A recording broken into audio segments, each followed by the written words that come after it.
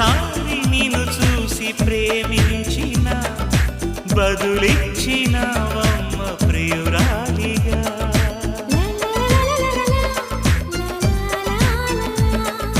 తొలిసారి నిన్ను తాకి ప్రేమించిన మనసిచ్చిన నమ్మ ప్రియ నేస్తమా. కలలోనూ ఇలా కలిసుండాలని విడిపోని వరం ఇయ్యవా అన్నది ప్రేమ, అన్నది ప్రేమ.